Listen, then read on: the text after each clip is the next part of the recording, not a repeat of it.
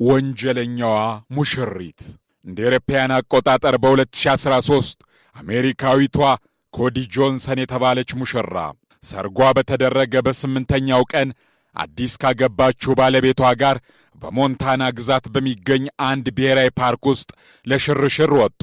ነገር ግን በጉዟቸው ላይ ሳሉ ጥንዶቹ በድንገት ከባድ ጭቅጭቅ ውስጥ ገቡ። በትዳሩ ደስተኛ ያልነበረችው ሙሽሪት ስሜቷን መቆጣጠር አቅቷት ባለቤቷን ገደል ጫፍ ላይ ቆሞ ሳለ በኃይል ገፋችው። እሱም በመቶዎች የሚቆጠሩ ሜትሮች ወደ ታች ተከስክሶ ወዲያውኑ ሕይወቱ አለፈ። ፖሊስ ፍለጋ ሲጀምር ሙሽሪት በጭንቀት እያለቀሰች ባለቤቴ ከጓደኞቹ ጋር ሊገናኝ መኪና ውስጥ ገብቶ እንደወጣ አልተመለሰም ስትል ዋሸች።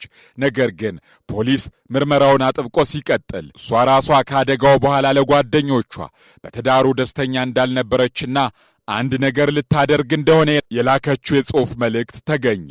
ይህ ክስተት ሰርጉ በተደረገ በጥቂት ቀናት የተፈጸመና የዓለምን ሕዝብ ጉድ ያሰኘ ወንጀል ሆኖ ተመዝግቧል።